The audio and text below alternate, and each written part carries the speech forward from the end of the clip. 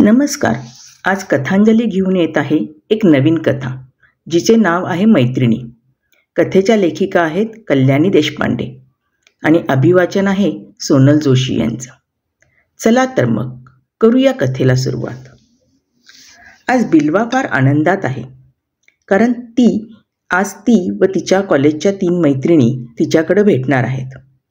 कॉलेजचं शिक्षण संपल्यावर 1-2 वर्षाच्या फरकाने चौघींचीही लग्न झाली.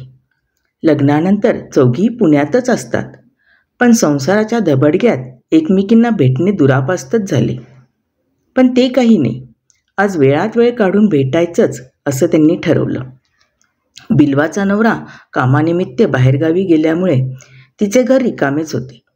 म्हणून तिनेच म्हटलं की तिच्याच घरी भेटू म्हणून, आणि चांगलं 2 दिवस राहायला या असं तिघींनाही सांगितलं. आजचा शुक्रवार. आज संध्याकाळी आल्या की रविवारी संध्याकाळीच आपापल्या घरी जातील. ते पहा, इजा आलीच. तिच्या मागून तिजा पण आली. इजा म्हणजे ईशा जामखेडे आणि तिजा म्हणजे तिलोत्तमा जामकर. बीजा म्हणजे हीच बिल्वा जामनेरकर. इजा बीजा तिजा गप्पा मारतच होत्या की 10 मिनिटातच जाजा आली, म्हणजे जाई जावडेकर आली. बिल्वाने तिला गमतीने म्हटलं, जा जा, तर खरंच ती आल्यापावली जायला लागली. ए शहाणे, खरंच चालली की काय? गंमत केली मी बावळट, बिल्वाने हसून म्हटलं. तशी ती परत यायला वळली आणि खदखदून हसून म्हणाली, मी सुद्धा गंमतच करत होते. खरं थोडीच जाणार होते 1.5 शहाणे. आज किती मस्त वाटतंय ना. सगळे आपण जमलोय, मस्त गप्पा होतील, जुन्या आठवणी निघतील, 2 दिवस मज्जा, तिलोत्तमा म्हणाले. हो ग, चूल आणि मूल करता करता वेळ निघून जातो. स्वतःसाठी असा निवांत वेळच मिळत नाही आपल्याला. पण आता असेच ठरवून आपण भेटत जाऊ, ईशा म्हणाली. डन, ठरलं मग, असं म्हणून तिलोत्तमाने हात पुढे केला आणि बाकी तिघींनी तिच्या हातावर हात ठेवले. हे बघ, मी खमंग भाजणीचे थालपीठ करून आणलेत, ईशा म्हणाली. वा, मस्त. मी आपल्या सगळ्यांसाठी मसाले भात, तिखट मिठाच्या पुऱ्या आणि बटाट्याची रस्सा भाजी केली आहे. त्या व्यतिरिक्त आम्रखंडसुद्धा आणून ठेवलं आहे, बिल्वा म्हणाली. मी साजूक तुपातले बेसनाचे लाडू आणलेत भरपूर, जाई म्हणाली. आणि मी काय आणलं आहे माहीत आहे? या सगळ्या चविष्ट पदार्थांचा आस्वाद घेण्यासाठी जीभ आणि दात आणलेत, असं म्हणून तिलोत्तमा खो खो हसू लागली. कॉलेजमध्ये होती तशीच आहे ही तिलू, चहाटळ कुठली, ईशा म्हणाली. मी तर कच्चा नाश्ता आणलाय, जो आपल्याला 2 दिवस नक्कीच पुरेल. चकल्या, शंकरपाळ्या आणि चिवडा, तिलोत्तमा म्हणाली. बाप रे, एवढं सगळं कशाला आणत बसला? आपण माझ्या घरीच राहणार आहोत, न की तंबू ठोकून जंगलात राहणार आहोत. तुम्ही आणलंय खरं, पण संपवावं लागेल बरं का, बिल्वाने म्हटलं. गीता आणि तुझे सासू सासरे तुझ्या जाऊबाईंकडे गेलेत का ग? बिल्वाने जाईला विचारले. जाऊबाई कसल्या येऊ देत आहेत? त्यांना तर कुठलीच जबाबदारी नको. अगं, माझ्या सासूबाईंची लहान बहीण आली आहे. त्या म्हणाल्या, मी इकडे बघते 2 दिवस, तू जाऊन ये मैत्रिणीकडे. फार मोठ्या मनाच्या आहेत त्या, नाहीतर कसलं येणं झालं असतं माझं. सासू सासरे वाताने जागीच खिळलेले, तर नंदेची वेगळीच तरा. हिस्टेरिया झाल्यामुळे वेड्यासारखी वागते. कधी कधी मला वाटते, बरं झालं मला मूलबाळ नाही ते. त्या बाळाचं करायला वेळ तरी मिळाला असता का मला? लहानपणी मला डॉक्टर व्हायचं होतं. डॉक्टर तर झाले नाही, पण मी सासू सासरे नणंद यांना औषध देणारी, त्यांची देखभाल करणारी नर्स मात्र नक्कीच झाले. बरोबर आहे तुझं. माझी तर समस्याच वेगळी आहे. मला मूल होऊ शकते, पण मलाच होऊ द्यायचं नाही आहे. माझ्या नवऱ्याचा तरेवाईक स्वभाव बघता मला मूलबाळ करून गुंतावं असं वाटतच नाही. माझा नवरा बिपिन ऑफिसच्या कामानिमित्त सतत बाहेरगावी दौऱ्यावर जात असतो. गावात असला तरी बरेचदा मध्यरात्री उलटल्यावर येतो. का तर म्हणे ऑफिसमध्ये कामच जास्त आहे. बरं, माझ्या नवऱ्याला पण आपल्याला मूलबाळ असावं असं चुकूनही वाटत नाही. कधी कधी तर मला संशय येतो, त्याचं कुठे अफेअर तर नाही. मला लहानपणी पोलीस व्हायचं होतं, पण नवऱ्यावर लक्ष ठेवत मध्यरात्रीपर्यंत त्याची वाट बघत गस्तीचा पोलीस कधीच व्हायचं नव्हतं, बिल्वाने हताशपणे म्हटलं. अगं, तुम्हाला मूलबाळ नाही तर काय झालं? असले तरी त्याचं टेन्शन वेगळंच असतं. आता माझ्या मुलाचं अवधूतचंच उदाहरण घे. आधी माझ्या नवऱ्याने तन्मयने त्याचे अतिलाड केले. तेव्हा मी त्यांना परोपकारीने समजवले होते की कौतुक आवश्यक आहे, पण तो चुकला तर त्याची कानउघडणी करणेही तेवढे आवश्यक आहे. पण नाही, माझ्या नवऱ्याने मलाच वेड्यात काढलं. आता तो त्यांच्या डोक्यावर मिरे वाटतोय. सतत येता जाता वडिलांशी उद्धट बोलतो. चिडून तन्मय त्याला मारायला धावतो.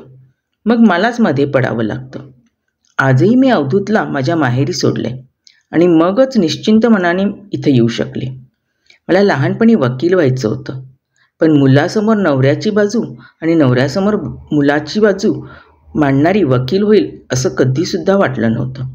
तिलोत्तमा एक सुस्कारा सोडून म्हणाली. मुलबाळ म्हटलं की जबाबदारी आलीच आणि त्यात गुंतणंही आलंच.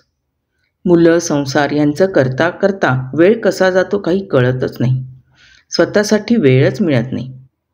आधी आमची आर्थिक परिस्थिती बेताचीच होती.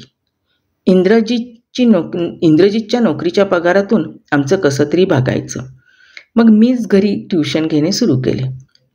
सुरुवातीला कमी विद्यार्थी होते, पण हळूहळू विद्यार्थ्यांची संख्या वाढत गेली. इंद्रजितला देखील चांगल्या मिळतीची नोकरी मिळाली. मग 2 नको, पण 1 तरी मुलबाळ आपल्याला हवं असं आम्हाला दोघांनाही वाटायला लागलं.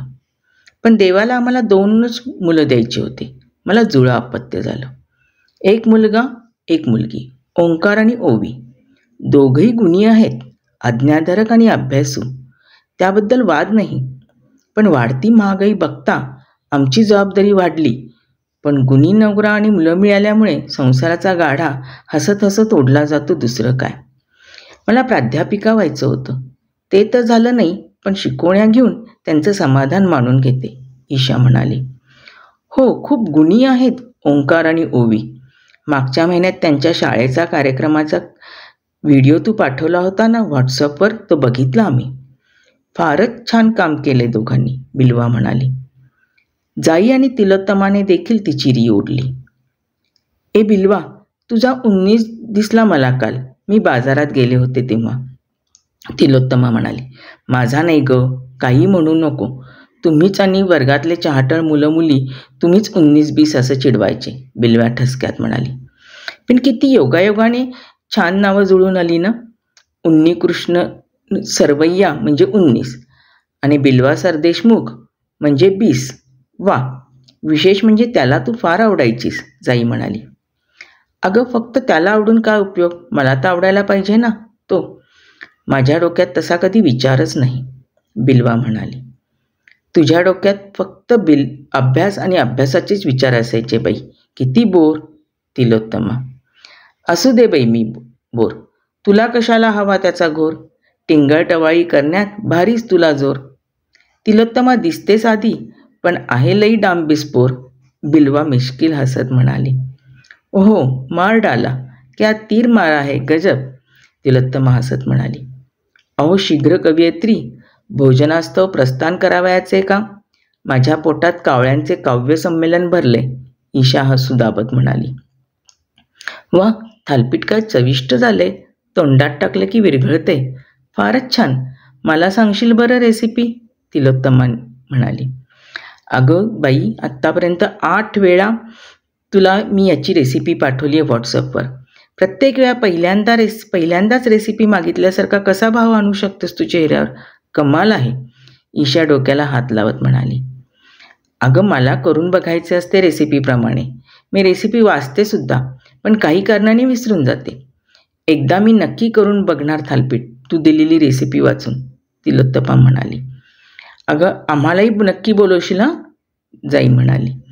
नक्कीच. वा वा, बेसनाचे लाडू केले जाई, झक्कास. मला तर असं तिलोत्तमाचं वाक्य पूर्ण होण्याआधीच जाई म्हणाली. देते हां, याची रेसिपी लगेच पाठवते. आणि चौघी खळखळून हसायला लागल्या. जेवणं आटोपल्यावर चौघींनी मिळून पटापट स्वयंपाकघर आवरून घेतले आणि बैठकीत पुन्हा एकदा त्यांची गप्पांची मैफिल रंगली. कॉलेजमध्ये असताना काय सिनेमा बघायचो आपण, आता फारसे बघणे होत नाही, ईशा म्हणाली. हो ना, लेक्चर बंक करून बघितलेत आपण बरेच सिनेमे, जाई म्हणाली. तेव्हा सिनेमा चांगले वाटायचे, सगळं सहज घेता येत होतं. आता तर सिनेमेसुद्धा बोर होतात. त्यातला फोलपणा प्रकर्षाने जाणवतो. त्याच त्या कर्कोच्या मानेच्या नट्या आणि वायफळ डायलॉग मारणारे नट. बिल्वा: हे खरं आहे, आजकाल सिनेमात हिरोपेक्षा व्हिलनच हँडसम असतो. तिलोत्तमा: मी आणि जयदीप सिनेमाला जायची इच्छा असली तरी बरेचदा जाऊ शकत नाही. मग घरीच व्हिडिओ स्ट्रीमिंग ॲपवर बघतो आम्ही सिनेमे. कधी जायचंच झालं तर जयदीपचा मोठा भाऊ येतो आमच्याकडे. मगच आम्ही दोघे एकाच वेळी बाहेर पडू शकतो, नाही तर शक्यच नाही. जाई म्हणाली. फारच बंदिस्त आयुष्य झालंय ग. बिल्वा: हो ना, काय करणार, आलिया भोगासी, दुसरं काय. दिवसभराची मोलकरीण ठेवली आहे, पण तिच्यावर भरोसा ठेवून बाहेर जाता येत नाही ग बराच वेळ. जाई म्हणाली. बरोबर आहे ईशा. आपण बघायचा का एखादा सिनेमा? मला तर हॉरर सिनेमा आवडतात कधी कधी बघायला. तिलोत्तमा: नको बाई, नको ग बाई, झोपच लागत नाही मला, मग सारखे कुठले ना कुठले आवाज येत राहतात. ईशा म्हणाली. मला तर बरेचदा बिपिन बाहेरगावी गेल्यावर एकटंच राहायचं असतं या घरात, तेव्हा मला ते भयानक दृश्य आठवत राहतात, म्हणून नकोच. बिल्वा म्हणाली.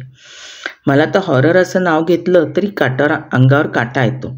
हा बघ, सरसरून काटा आला अंगावर. जाई: धन्य धन्य, तुमच्या भित्र्या बायांनो, काही बघू नये आपण हॉरर फिल्म. एखादा साधा सिनेमा तरी बघायचा का? तिलोत्तमा तिघींनाही कोपऱ्यापासून हात जोडत म्हणाली. हो. बिल्वा, ईशा आणि जाई तिघीही एका सुरात म्हणाल्या. मग सर्वानुमते ठरवून चौघींनी एक मस्त मराठी सिनेमा बघितला. चला ग, झोपू आता, उद्या सकाळी मस्त वॉकला जाऊ. मग आवरून ठरवल्याप्रमाणे बाहेरचं जेवण, शॉपिंग आणि एक छान नाटक बघून घरी येऊ. ईशा असं म्हणताच तिघींनी माना डोलवल्या. रात्रीमध्येच उठून ईशा आणि जाई हळूहळू खुसफुसत गप्पा मारू लागल्या. वा, मस्त गाऊन घेतलाय तू. कुठून घेतला ग? मलाही असाच घ्यायचा आहे. जाईने ईशाला विचारलं. अगं, तुळशीबागेतून घेतला मागच्या आठवड्यात. छान आहे ना, फक्त 500 रुपयात. ईशा उत्साहाने म्हणाली. तेवढ्यात तिलोत्तमाची झोप चाळवली आणि म्हणाल्या, कोणती खलबतं सुरू आहेत ग तुमच्या इतक्या रात्री? काही नाही ग, गाऊनबद्दल बोलत होतो. पण फार हळू बोलत होतो आम्ही, तरी तुला ऐकू आलं? जाईने विचारलं. अरे पण ही वेळ आहे का गाऊनवर बोलायची? नुकताच दीपिकाची नजर चुकवून रणवीर आलाच होता स्वप्नात. तेवढ्यात ऐकलं त्याने तुमचं गाऊन गेला ना तो उलट्या पावली दात खाऊन. वा, बिल्वासारखी शीघ्र कवी झाली की मी. गाऊन दात खाऊन. तिलोत्तमा हसत म्हणाली. ही बिल्वा पहा ना, काय गाढ झोपली आहे. एवढा आपण बोलतोय पण काही परिणाम झाला नाही हिच्या झोपेवर. ईशा: फायनली झोपा आता सगळ्या, उठू नका सकाळ होईपर्यंत. आता सगळे डिस्कशन सकाळी. तिलोत्तमा हात जोडत म्हणाली. ठरल्याप्रमाणे चौघींनी बाहेरचं जेवण केलं, शॉपिंग केलं, नाटक बघितलं आणि घरी यायला निघाल्या. रस्त्यातच त्यांना बांधकामावर मजुरांची मुलं खेळताना दिसली. त्यांना बघताच चौघींनी केलेल्या शॉपिंगमधून त्यांना खेळणे, चॉकलेट्स, काही कपडे दिले. रात्री चौघींनाही पटकन झोप लागली. जाग आली ती पक्ष्यांच्या सुमधुर कलरवाने. कितीही उशिरा उठायचं ठरवूनही त्यांना लवकरच जाग आली. चौघींनाही ताजेतवाने वाटू लागले. वा, काय रम्य पहाट आहे. कोकिळेचा आवाज किती सुमधुर वाटतोय. ईशा म्हणाली. हो ना, खरा श्रीमंत आहे तो निसर्ग, आणि त्या श्रीमंतीचा त्याला यत्किंचितही गर्व नाही. सर्व प्राणीमात्रांना भरभरून देत असतो तो निर्व्याजपणे. बिल्वा भारावून बोलत होती. रोजच्या घाईच्या आयुष्यात असं स्थैर्याने निसर्गाकडे बघायला उसंतच मिळत नाही आपल्याला.